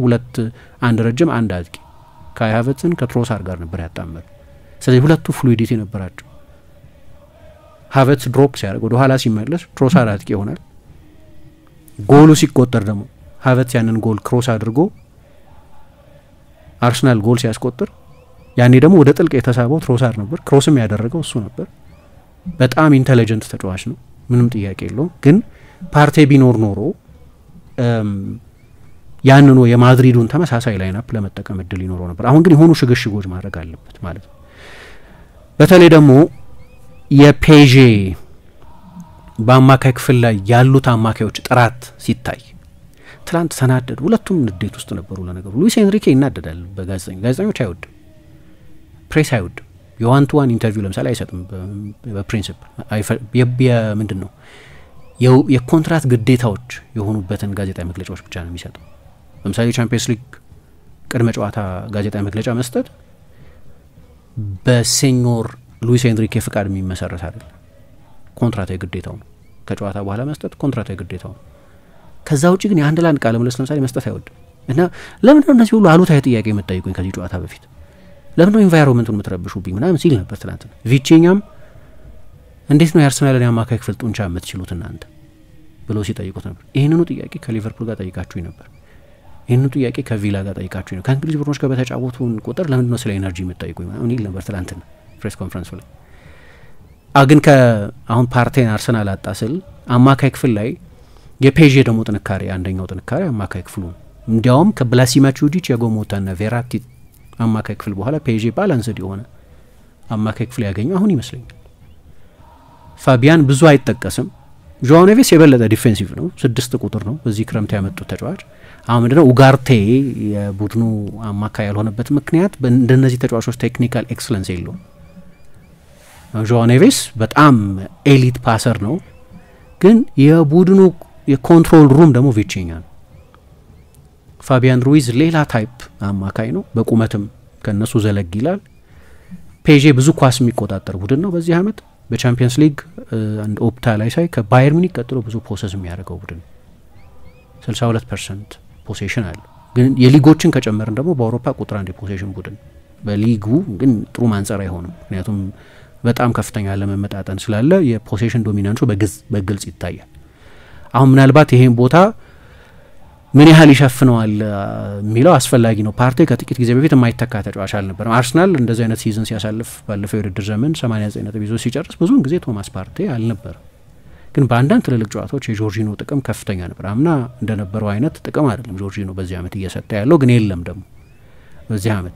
ስለዚህ ምናልባት መጠነኛ ማሰላሰል የሚጠይቀው ቦታ ለሚኬል አርቴታ ይሄ የአማካይ ክፍል ቦታ ላይ የቶማስ ፓርቴን አለመኖር ተከትሎ ሰርፕራይዝ ያደረገናል። ኮምፕሊትሊ ሌፍት ሳይድድ የሆነ ማይጠበቅ ውሳኔ ይወስናል ወይስ ኦኬ ራይስን ይመልሰዋል? ካስታወስ ምንም አይገናኝም ብሏል። ከኤፕሲዎች ጋር የነበረው ጨዋታ ከኤፕሲዎች ጋር የምናደርገው ጨዋታ ከፔዤ ጋር ለምናደርገው ጨዋታ መዘጋጃ ሊሆን አይችልም፣ ኮምፕሊትሊ የተለያየ ቡድኖች ናቸው ብሏል። ግን እንደ ቀልድ አላየውም ቶማስ ፓርቴ እዛ ጨዋታ ላይ ቤንች ሆኖ ራይስ 6 ቁጥር ሆኖ መጀመሩን። ግን የሚያዘጋጀው ጨዋታ ላይሆን ይችላል፣ ግን እንደገና ወደዛ ቦታ የመመለስ ፍላጎት እንደነበረው ወዲያው ከቤርናቤው ጨዋታ በኋላ በነበረው የዚህ ኤፕሲ ጨዋታ ላይ አይቶታል እና ምናልባት ሜሪኖን 8 ቁጥር ግን አንድ ጥሩ ነገር ምንድነው ሜሪኖ 9 ቁጥር ሆኖ ሲጫወት እንደ 9 ቁጥር አይደለም የሚጫወተው እንደ አማካይና እንደ 9 ቁጥር ነው የሚጫወተው ሐሰተኛ 9 ቁጥር የምንለው ለዚህ ነው ወደ ኋላ ዲፌንሲቭ ሺፍትም ነበረው ግን ደግሞ ከሶሴዳድም ሲመጣ ጀምሮ አንደኛው ችሎታ ቦክስ የሚያጠቃ ተጫዋች መሆኑ ስለዚህ ብዙ ልዩነት ላይ ያመጣ ይችላል ለሜሪኖ በጨዋታው ባህሪ ምክንያት እንደው ደንበኛ 9 ቁጥር ክላሲክ 9 ስላልሆነ እሱ ላይ ብዙ ልዩነት ላይ ያመጣ ይችላል ግን አንደኛው የቤት ስራ ያው አማካይ ክፍል ላይ በፓርቴ መቀጣት ምክንያት አንዳንድ ለውጦች ማድረግ አለበት አንዳንድ ለውጦች ያደርጋል ማለት የራይስን ቦታ ያሸጋሽጋል የሜሪኖን ቦታ ያሸጋሽጋል ማለት ነው ስለዚህ በአርሰናል በኩል ያ ቦታ እንዴት ይሞላል የሚለው በጣም አስፈላጊ ነው ምሳ እስኪ ደግሞ የተወሰኑ አድማጮቻችንን አስተያየት እንቀበል እዚህ ጉዳይ ላይ አማን ለውሊዮን የሚል አድማጫችን ዛሬ ለሁለቱ ግዙፍ ክለቦች ታሪካዊ ቀን ነው ወይም ደግሞ አዲስ ታሪክ በወርቃማ ብዕር ለማጻፍ የመጀመሪያ እርምጃቸው ልንለው እንችላለን ጨዋታው በተመለከተ ግን ኤንሪኬ አርቴታ የየራሳቸው የጨዋታ መንገድ ቢኖራቸውም በሁለቱም ቡድኖች በሁለቱም ክንፍ በመከላከልና በማጥቃት ማለትም ሳካ ከሜንዴሽ ጋር ቲምበር ደግሞ ከባርኮላ ማርቲኔሊ ከሀኪሚና ክቫራትስኬሊያ ደግሞ ከሉዊስ ስኬሊ ጋር ዴምቤሌም እንደ ሁኔታው በሚፈጥሩ የጨዋታ እንቅስቃሴ ልዩነቶች በዋናነት የሚፈጥሩት የሜዳ ክፍሎች ይሆናሉ የመሀል ሜዳ ፍልሚያዎችን ሳንረሳ ማለት ነው ነገር ግን ለፔዤ ትልቁ ጥንካሬ ሆነው የኳስ ቁጥጥር ከነጠካቸው በከፍተኛና ውጤታማ በሆነ ፕሬሲንግ የጨዋታውን አቀራረብ አርሰናል የሚቀርብ ከሆነ በሁለት ጎል ልዩነት ያሸንፋል ነገር ግን ኳሱን ለፔዤም ለቁና በካውንተር ልጫወት ካለ ሚኬል አርቴታ ዋጋ ሊከፍል ይችላል ምናልባትም ይሄ ዋጋ ሊያስከፍለው ይችላል ከቆሙ ኳሶች የጎል እድል ለማግኘት እንደ አንድ አማራጭ ማሰቡ አይቀርም ብለውናል ሙሪድ ከቤተል ዛሬ ለእግር ኳስ ወዳዶች ልዩ ምሽት ነው አርሰናል ዛሬ የሜዳ አድቫንቴጁን ተጠቅመው ሰፋ ባለ ጎል የማይሸንፍ ከሆነ ፔዤ እዛ 90 ደቂቃ በማይደክሙ አልትራ ደጋፊዎች ፊት ውጤት ይዞ ይወጣል ማለት ከባድ ነው ስራውን ዛሬ በደንብ መስራት ያለበት ይመስለኛል እኔ ውስጤ ፔዤ በአስቶን ቪላ ጨዋታ የሰራውን ስህተት ካረመ ወደ ፍጻሜ የሚደርስ ይመስለኛል ብሎናል ፍሪደም የሚል አድማጫችን የዛሬውን ጨዋታ በጣም በጉትና በፍርሃት ነው የምጠብቀው እኔ 25 ዓመት አርሰናልን ደግፍ ያለው ግን በሙሉ ልብ ያሸንፋል ብያምኜ ብዙ ጊዜ ልቤ ተሰብሯልና ውጤቱን የማምነው ከ90 ደቂቃ በኋላ ነው የጨዋታ ግን ከባድ ጨዋታ ነው ብሎናል ጋሹ ግርማ ደጋፊ ላልሆነ ተመልካች አዝናኝ የሚሆን ጨዋታ ለሚደግፍ ግን አስጨናቂ ብቻ ምርጥ ጨዋታ የሚሆን ይመስለኛል ለፍጻሜ ግን አርሰናል የሚያልፍ ይመስለኛል ብሎናል ምንቴ ተስፋ የሚል አድማጫችን በአርሰናልና በፔዤ መካከል ተጠባቂ ጨዋታ ፓሪስ ከሜዳ ውጪ እንደመጫወቱ የመልሶ ማጥቃትን የሚመርጥ ይመስለኛል ይሄ ደግሞ አርሰናል የግድ ኳስ ይዞ እንዲጫወት ያደርጋል ይሄ የፓሪስ ተጫዋቾች ስፔስ እንዲያገኙ ይረዳቸዋል የኔ ግምት አርሰናል 1 ፒኤስጂ 2 ብሎናል ተስፋዬ ጸጋ የሚል አድማጫችን ፓሪሶች ቢያልፉ ምርጫዬ ነው ግን ከመልሱ ጨዋታ ይልቅ የዛሬው ጨዋታ በጣም ወሳኝ ነው የዋንጫ አሸናፊ ሊሆን የሚችለው በእኔ ግምት ከባርሳና ኢንተር መካከል ከባርሳና ከኢንተር አሸናፊ አንዱ ነው ብሎናል መህቡብ ፈድሎ አርሰናል ጨዋታውን ያሸንፋል ብዬ አስባለሁ ከኋላ በአራት ተከላካይ የሚጫወት ቡድን ብዙም ለሳካ አይከብድም ምናልባት ፔዤ ታክቲክ ቀይሮ ሳካን በሁለትና 3 ተጫዋቾች ካስያዘው በስተቀር ብሎናል አክሊል ገዛኝ የሚል አድማጫችን ዓለም ሁሉ በጉጉት ሲጠብቅ የነበረው ጨዋታ ደረሰ እና ምንም የአርሰናል ደጋፊ ቢሆንም ፓሪስ ላይ ያለው ክለብ በድንቅ አጫዋት ደፋር ጀብደኛ ክለብ ነው ኤንሪኬ ሰራው ብቻ ከባድ ጨዋታ ነው ግን እንደምንም ብለን እኛ አርሰናል መድፉን እንተኩሳለን ብሎናል እናመሰግናለን አድማጮቻችን አሁንም ቆይታችን አራዳ ኤፍኤም 95.1 ላይ እንድታደርጉ ነው የምንጋብዛችሁ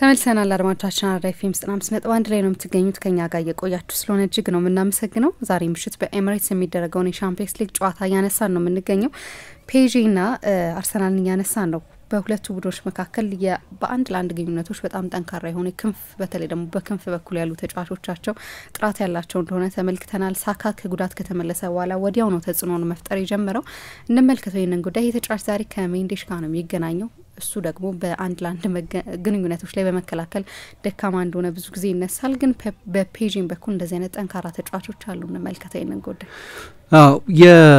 ልክ ነው እሱንም እናነሳለን ግን ጋዜጣዊ መግለጫዎች ላይ ትላንት አንድ ትኩረት ስቦ የሁለቱም ቡድኖች አሰልጣኞች በተደጋጋሚ ሲጠየቁ ሰማይ ነበር አንደኛው ነገር ከመጀመሪያው ጨዋታ ምን ትማራላችሁ የሚለው ተገናኝተዋል በዚህ አመት ከወራት በፊትም ቢሆን ከዛ በኋላ ብዙ ነገሮች የተለወጡም ቢሆን ምን ትማራላችሁ አይቼዋለሁ አለ ሉዊስ ኤንሪኬ ጨዋታውን ደግሜ አንዳንድ የአርሰናልን ባህሪያት እንደገና ለማጥናት ሬሌቨንት ነው ግን ከዛ በኋላ ብዙ ተቀይረናል ብሏል።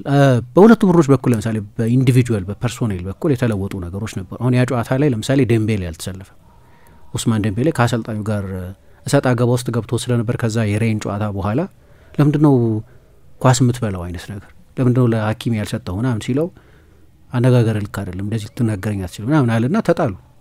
ከዛ ከቡድኑ ውጭ ያደረገው ከዛ በኋላ በማግስቱ ይሁን በሁለተኛው ቀን አርፍዶ መጣ ወደ ፖዋዚ እና ከዛ በኋላ ከቡድኑ ውጭ አድርጎት ነበር። አሁን ዴምቤሌ በጣም ወሳኝ ተጫዋች ነው። ባለፉት 31 ጨዋታዎች 32 ጎል ያስቆጠረ ነው። ልክ ባለፈው 5 ጨዋታ ጎል አላስቆጠረም። በዚህ ወር ከኤፕሪል በኋላ ጎል አላስቆጠረም። ግን ለምሳሌ በሁለቱ የአስቶን ቪላ ጨዋታዎች በሁለቱም ጨዋታዎች አሲስት አድርጓል። አሁን እሱ አልነበረም እዛኛው ጨዋታ ላይ እዚህኛው ጨዋታ ላይ አለ። እዛኛው ጨዋታ ላይ ክቫራትስኬሊያ አልነበረም አልፈረመም። ያኔ ጥር ላይ ነበር የተገዛው።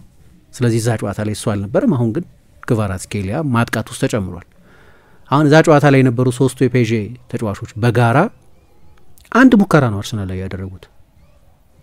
ማጥቃቱ ኢላማውን የጠበቀ አድርጓል ያረጉም አይመስለኝም። ከሆነም አንድ ቢያደርጉ ነው። አርሰናል ላይ ኢላማውን የጠበቀ ሙከራ አላደረጉም። ዴዚሪ ዱዌ ተሰልፎ ነበር ያን ጊዜ ከመጀመሪያ የፔዤ ጨዋታዎቹ መካከል አንደኛው ነው። ግን በተለይ 2025 ከገባ በኋላ በጣም ተሻሽሏል። ለምሳሌ ፔዤም እንደ ቡድን ግን በጣም ተሻሽሏል። በአርሰናል በኩል አርሰናል ተሻሽሏል አልተሻሻለም እንዴት ሜጀር እንደምናደርገው አላውቅም። በቻምፒየንስ ሊግ ያው አሁን ድረስ ያለበት ላይ አለ። በፕሪሚየር ሊጉ ሰዎች የጠበቁትን ያህል የታይትል ቻሌንጅ አልነበረው። ግን ብዙ ፋክተሮች አሉ እንደዛ የሆነበት ምክንያት በትክክል ጌጅ ማድረግ አይቻልም። የአርሰናልን የዚህ የሊግ ሲዝን የተሟላ ስብስብ ብዙ ጊዜ አልነበረው። ግን በአርሰናል በኩልም እንዲያው በፐርሶኔል በኩል የተለወጡ ነገሮች ነበሩ። ለምሳሌ እዛ ጨዋታ ላይ ያልነበረ ተጫዋች አሁንም ይኖራል። ኦዴጋርድ አልነበረም እዛ ጨዋታ ላይ ለምሳሌ አሁን ኦዴጋርድ አለ። ግን ሃቨርትዝ አልነበረም እዛ ጨዋታ ላይ ቅድም ማነው እዚህኛው ጨዋታ ላይ አይኖርም እዛኛው ጨዋታ ላይ ነበር። ወይ ሜሪኖ ወይ ባለፈው ጨዋታ ያንን ጨዋታ አልጀመረም ይሄኛውን ጨዋታ ይጀምራል። በፐርሶኔል በኩል በሁለቱ ቡድኖች መካከል የተለወጡ ነገሮች አሉ። ከዛ ጨዋታ ወደዚህ ጨዋታ ስንመጣ ምንም እንኳ በዚሁ አመት ፕሬሸሩ የውድድሩ ደረጃ ምን የተለወጠ ቢሆንም እና ኤንሪኬ በጣም አስፈላጊ ሽንፈት ማንም ሰው መሸነፍ አይመርጥም ግን ቀስቅሶናል ያኔ ያለ ከዛ በኋላ ከሞላ ጎደል ፐርፎርማንሳችን ጥሩ ነበር። ስለዚህ ለዚህ ቡድን እድገት ያ የኦክቶበር ሽንፈት ለኛ በጣም አስፈልጎን ነበር ከባድ ማስታወሻ ነበር ሚል አስተያየት ሰጥቷል። እና የተለወጡ ነገሮች አሉ በሰውም ግን በመጀመሪያ ለምሳሌ ካላፊዮሪ ያንን ጨዋታ ጀምሯል። ይህን ጨዋታ አይጀምርም። ሉዊስ ኬሊ እየጀመረ ነበር ያን ጊዜ አሁን ፕሮሚነንት የቡድኑ አባል እና በጥቂት ወራት ውስጥ ከ6 ወር በፊት ምናምን ወይ ከ7 ወር በፊት የተደረገ ጨዋታ ቢሆንም ብዙ ነገሮች ተለውጠዋል ለማለት ነው። ግን ቅድም ሳውዳ ነሳሹ ጉዳይ ስመለስ በፔዤ በኩል ማን ነው የሚመርጠው? ክቫራትስኬሊ ማን ነው? ዴዝሪ ዱዌ ነው? ብረድሊ ባርኮላ ነው የሚለው አሁን በቃ በየጨዋታው ያለ ዲስከሽን እንደ ፕሪንሲፕል የሚመስለው ሰፊ ስፔስ አገኛለሁ ብሎ በሚያስብበት ጨዋታ ሰፊ ስፔስ ማጥቃት የሚችለውን ባርኮላን ይመርጣል። የሚገጥመኝ ቡድን ብዙ ስፔስ አይሰጠኝም ብሎ ካሰበ ዴዚሪ ዱዌን ያሰልፋል። አሁን ይህንን መወሰን አለበት። ስለዚህ እንዲያውም ቪቺኛን ተጠይቀው ሁለቱም ምርጥ ተጫዋቾች ናቸው ግን ይህ ጥያቄ ለአሰልጣኝ ብሎ ለእኔ አይደለም ማለት እኔ አይደለም ማን ይሰልፍ ብዬ የምወሰነው ሲል ነበር። ዲቤት ነው ግን በፈረንሳይ ክርክር ነው ይሄ። የአንድ ለአንድ ጉዳይን ካነሳን በአርሰናል በኩል ሳካ 100% ፊትነሱ ላይ አይደለም ማለት ከ100 ቀን በላይ ከሜዳ ርቋል። ወደ 4 ወር ገደማ አልተጫወተም ተመልሶ እስኪመጣ ድረስ ምን ማለት እንደሆነ ግን ለአርሰናል አሳይቷል። በእነዚህ በሁለቱም የሪያል ማድሪድ ጨዋታዎች የመጀመሪያው ጨዋታ ላይ ጨዋታው ከተጀመረበት ጊዜ ጀምሮ ዳቪድ አላባ በፍጹም ሳካን መቆጣጠር አልቻለም። ከመጀመሪያው ጀምሮ የሚያጠቃቸው አጡ እንጂ እነዛን አደገኛ ክሮሶች ገና በ15 ደቂቃ 2-3 የሚደንቁ ክሮሶች ወደ ሳጥን ልኮ ነበር። አሁን ይሄ የመጨረሻ ክሮስ ለማጥቃት የሚሞክር 9 ቁጥር ቢኖር የሚያስቆጥራቸው አይነት ጎሎች ማለት ነው። በኋላ ደግሞ በሁለተኛው አጋማሽ ሁለቱም ራይስ ያስቆጠራቸው ድንቅ ቅጣት ምቶች የበለጠ የሚታወሱት በአስቆጣሪው ዴክላን ራይስ ቢሆንም ግን ጥፋቶቹ የተሰሩት ቡካዮ ሳካ ላይ ነው እና የመልሱ ጨዋታ ላይ ደግሞ ከመጥፎ ኤክስፒሪየንስ ማገገም የሚያስችል ጠንካራ አእምሮ እንዳለው ከአውሮፓ ዋንጫ በኋላ አሳይቷል። ከዛ የፍጹም ቅጣት ምት በኋላ በዛ ለጋ እድሜ የተጫዋቹ እድገት ላይ ምንም ጫና አልመጣም። ያ ሁሉ የዘረኝነት ስድብ ሁሉ ተከትሎ ሲመጣ ያ ሁሉ ሶሻል ሚዲያ ላይ እንደዚህ አይነት ዘለፋ ሲሰነዘርበት እንዲያውም የበለጠ እንደ ተጫዋች ተሻሻለ። የቤርናቤው ጨዋታ በጣም ቸልተኝነት የተሞላበት የፍጹም ቅጣት ምት ነው የመታው። በእኔ እምነት የዛ የፍጹም ቅጣት ምት ኮንሲኩዌንስ ቀላል አልነበረም። በተለይ ማድሪድ እንደ ተወራው ሬሞንታዳው ምናምን ቢያደርገው ኖሮ ያቺን ሞመንት እናነሳት ነበር የግዴታ። ግን ከዛ በአእምሮ እንዴት ሪከቨር እንዳደረገ ተመልከች። አንደኛ ወዲያው ዲፌንሲቭ ሺፍቱ የሚገርም ነበር። በሚገባ የመከላከል ሚናውን ተወጥቷል። በኋላ ደግሞ እንደዛው ትልቅ አጋጣሚ ላይ ቺፕ አድርጎ ነው ያስቆጠረው ቲቡ ኩርቷ ላይ። አስፈላጊነቱ ያን ያህል ትልቅ ነው ለዚህ ቡድን የጨመረው በቤርናቤውና በኤምሬትስ ጨዋታዎች ላይ በእነዚህ የቻምፒየንስ ሊግ ጨዋታዎች ላይ የጨመረው ጥራት በጣም ከፍተኛ። ስለዚህ እንደው በፊትነሱ በኩል 100% ላይ ባይሆንም ከዚህ ረጅም ጊዜ ጉዳት በኋላ ከሰርጀሪ በኋላ የሚጠበቅ ቢሆንም ጊዜ መውሰዱ ግን ኢምፓክትፉል በጣም ልዩነት ያመጣል። አሁን ዛሬ ፊት ለፊት የሚገናኘው ከኑኖ ሜንዴሽ ጋር ነው። ኑኖ ሜንዴሽን በተመለከተ ባለፈው ከሳላህ ጋር በሁለቱም ጨዋታዎች ማለት ነው በሁለቱም ጨዋታዎች ሳላህ ጥሩ አልነበር። ለምን ጥሩ አልነበረም? ሜንዴሽ ነው ምክንያቱ። ስህተት ሰርቷል እኮ የመጀመሪያው ጨዋታ ላይ ጎሉ ሲቆጠር የመጀመሪያው ትልቁ ስህተት ከሱ የተነሳ ስህተት ነው። አርቬ ኤሊየትን ትራክ ያላረገው ስህተት የሰራው ምን ያለው እሱ ነው። ግን በሁለቱም ጨዋታዎች ላይ በ210 ደቂቃ በጣም ጥሩ ተጫውቷል። ሳላህን በዚህ አመት ያው የሳላ ቁጥሮች መቼስ የሚታዩ ናቸው። ምን አይነት ሲዝን እያሳለፈ እንደሆነ የምናውቀው ነው። ምሳ እንዳነሳሹ ባለፈው አመት ከሳንቾ ጋር በተለይ በዶርትሙንድ በነበረው ጨዋታ ያንዳንዱን አጋጣሚ ላይ ሳንቾ ያልፈው ነበር፣ እንደ ልብ እየላጠ ያልፈው ነበር። አንድ ለአንድ ይታማል። ግን ደግሞ ለምሳሌ በዚህ አመት የመጀመሪያው ተጫዋች ነው መጥቶ የአንድ ለአንድ ሲቹዌሽኖችን በማሸነፍ። በሁለተኛው ዙር 23 የአንድ ለአንድ አጋጣሚዎች ነበሩ፣ 4ቱን ብቻ ነው የተሸነፉ። የተቀሩትን 19 የአንድ ለአንድ አጋጣሚዎች አልፏል። አሰልጣኙም ለምሳሌ ከቪላ ጋር በነበረው ጨዋታም ስህተት ሰርቶ ስለነበር የቪላ ጎል ሲቆጠር እሱ ነው ስህተት የሰራው። ቪላ መምራት ጀምሮ ነበር እና ማንም አይሳሳት አንድ ስም ስጡኛል። በጨዋታ መሀል ትኩረት የማያጣ በጨዋታ መሀል ግዴለሽ የማይሆን የሆነ ሰዓት ላይ አንድ ስም ስጡኝ፣ ማንም የለም። ስለዚህ እኔ እንደዛ ነው የማየው። ሁሉም ተጫዋች ጋር የሚያጋጥመው የትኩረት ማጣት የፖዚሽን የምን ችግር ሊኖርበት ይችላል። ግን ሜንታሊቲው ግን ያስገርመኛል። 100% ነው እያንዳንዱ ጨዋታ ላይ የሚጫወተው ሚል አስተያየት ሰጠና በዚህም አመት ቻምፒየንስ ሊግ እዚህ ድረስ ለመድረሳቸው በጣም አስፈላጊ ሚና ከነበራቸው ተጫዋቾች መካከል ኑኖ ሜንዴሽ አንደኛው ነው። ጂሮና ላይ ጋዛኒ ጋር ራሱ ላይ ያስቆጠረው እንጂ የዛ ኳስ መነሻ እሱ ነበር። ሳልዝቡርግ ላይ በጣም አስፈላጊ ጎል አስቆጥሯል። 2-0 የመሩበት እሱ ደግሞ ፔጄ ለማለፍ በጣም ቁልፍ ጨዋታ ነበር። ከብሬስት ጋር በተደረገው ጨዋታ ጎል አስቆጥሯል። ከቪላ ጋር በተደረገው ጨዋታ ጎል አስቆጥሯል። በጣም ጠቃሚ ተጫዋቻቸው ነው። ፈጣን ነው በጣም። ግን ደግሞ ከፊት ያለው ሳካ ነው። ሳካ ምንድነው መሰለሽ የሚለየው? ሳካ አንቺን ለማለፍ ፍጥነት አያስፈልገው። ጀት አይደለም እኮ ፈጣን ነው። ግን እንደው እንደ አንዳንድ የክንፍ ተጫዋቾች ላይን የሚፈጥን አይነት ተጫዋች አይደለም። የፕሌይ ሜኪንግ ችሎታም ያለው ተጫዋች ስለሆነ ለምሳሌ የግድ በፌንታ በአብዶ ብቻ ሳይሆን በኮምቢኔሽንም ነው የሚያልፈው። ከኦደጋርድ ጋር ከኋላ አሁን ቲምበር ነው ያለው፣ ግን በተለይ ከዋይት ጋር በእነዚህ አጋጣሚዎች ላይ ተጫዋቹ የግድ በፍጥነት መሮጥ ሳያስፈልገው በሩጫ አልነበረም። አሁን ባለፈው አላባን ያስቸግረው የነበረው በጣም ኤክስኩዊዚት ቴክኒክ ነው ያለው። መሀል ላይ ለወደፊቱ መጫወት ይችላል የሚባለው በዚህ ምክንያት ነው። እና ደግሞ በአእምሮ ጠንካራ ነው። አሁን ያኔ የቤርናቤው ጨዋታ ላይ ያንን የፍጹም ቅጣት ምት መሳቱ ብቻውን ከላል አይደል። አሁንም ልጅ እኮ ነው 23 አመቱ ነው። ግን ወደ መልበሻ ክፍል ሲገቡ ደግሞ ማድሪድ ብዙ ቲያትሮች ነበሩት እዛ ጨዋታ ላይ። አንደኛው በካርቫሃል አማካኝ ጨዋታ ውስጥ ባል ነበር። ከተጫወተ 6 ወር የሆነው ተጫዋች መጣና ይጎትተዋል፣ ፕሮቮክ ሊያደርገው ይሞክራል። ምን ኢንቲሚዴት ልታደርገው አትችይም። በአእምሮ ለእንደዚህ አይነት ጨዋታዎች በጣም ጠንካራ ደግሞ የአእምሮ ዝግጅት ያለው ተጫዋች ነው። በቻምፒየንስ ሊግም በፕሪሚየር ሊግ ከጉዳት ከተመለሰ በኋላ የመጀመሪያው ጨዋታ ላይ ጎል አስቆጠረ። ከዛ በኋላ ጎል አላስቆጠረም። በእርግጥ ግን ወይ ጨዋታ ጀምሮ በጊዜ ተቀይሮ ይወጣል ወይ መጨረሻውን 20 ደቂቃ ምን ይጫወታል። ብዙም የአርሰናልን የፕሪሚየር ሊግ ቅርብ ሳምንታት ፐርፎርማንስ እንደ ጠቃሚ እንትን መውሰድ ያስቸግረኛል። ምክንያቱም ትኩረታቸው በሙሉ ቻምፒየንስ ሊግ ላይ እንደሆነ ግልጽ ነው። የቻምፒየንስ ሊግ ቦታን የማጣት ስጋት የለባቸውም።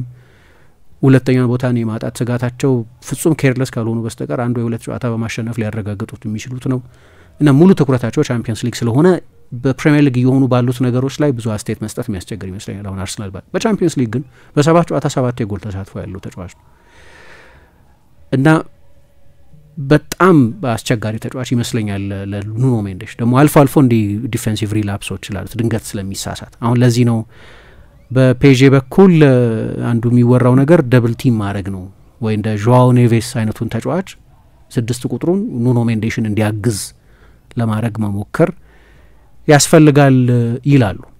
ሶ በፔዤ በኩል በጣም ትኩረት የሚስበው ነገር እሱ ግን እንደምታውቂው አርሰናልም ፔዤም ያስገርም ሁኔታ ቀኛቸውን የበለጠ የሚጠቀሙት ኦቨርሎድ የሚፈጥሩት በቀኝ በኩል ነው።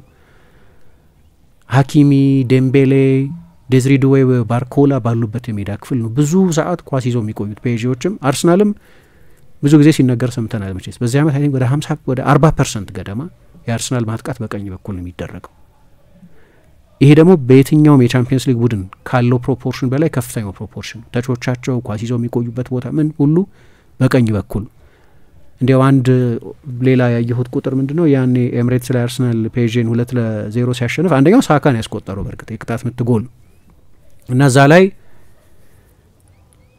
60% የአርሰናል ማጥቃት በቀኝ በኩል የተደረገ ነበር። ወይም ሳካ ኦዴጋርድ አልነበረም እዛ ጨዋታ ላይ ግን ኦዴጋርድ አሁን ይኖራል። ስለዚህ በዛ የሜዳ ክፍል ላይ ያለ ነው።